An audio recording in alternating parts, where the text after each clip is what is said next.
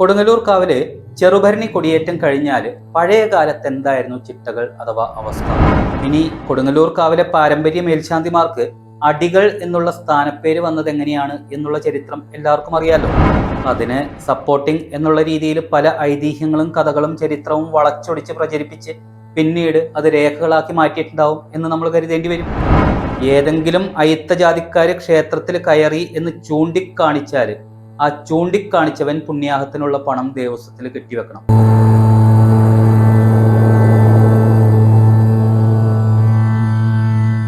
അമേശ്വരണം ദേവീശ്വരണം.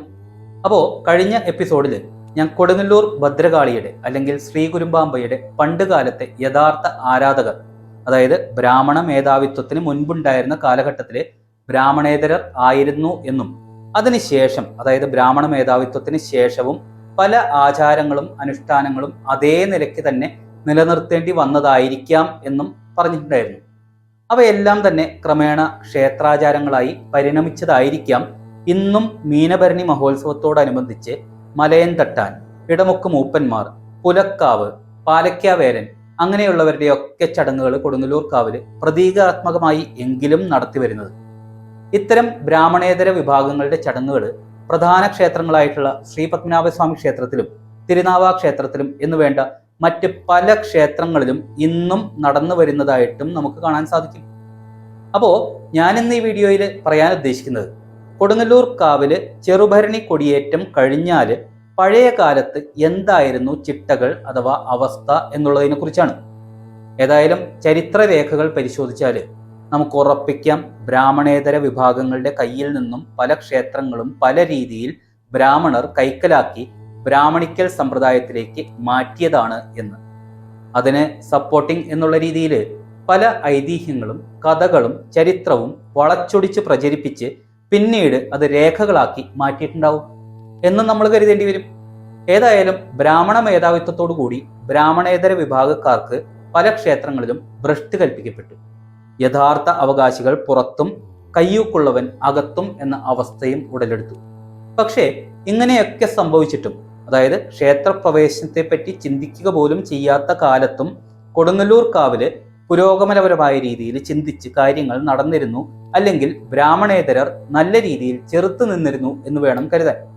അതിനെക്കുറിച്ച് ഏതായാലും ഞാൻ ചർച്ച നടത്തുന്നില്ല. ഏതായാലും മീനഭരണിക്ക് കാവിൽ ചെറുഭരണി കൊടിയേറ്റം കഴിഞ്ഞാൽ മീനഭരണി കഴിയുന്നതുവരെ, അതും പുരാതന കാലം മുതൽക്ക് തന്നെ അന്യമതസ്ഥരല്ലാത്ത ആർക്കും ക്ഷേത്രത്തിൽ കടന്ന് ദർശനം നടത്തുവാൻ തടസ്സങ്ങളൊന്നും ഉണ്ടായിരുന്നില്ല.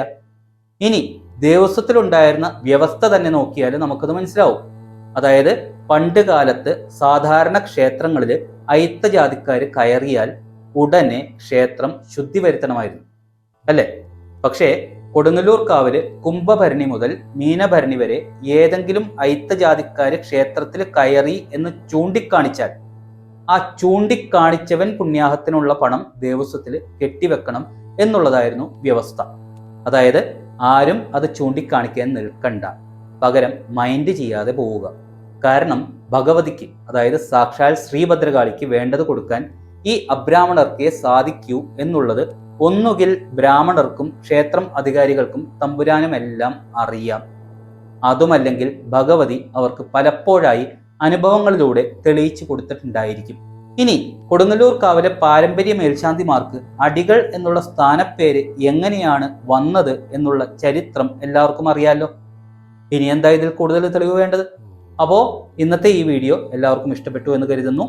നന്ദി, നമസ്കാരം.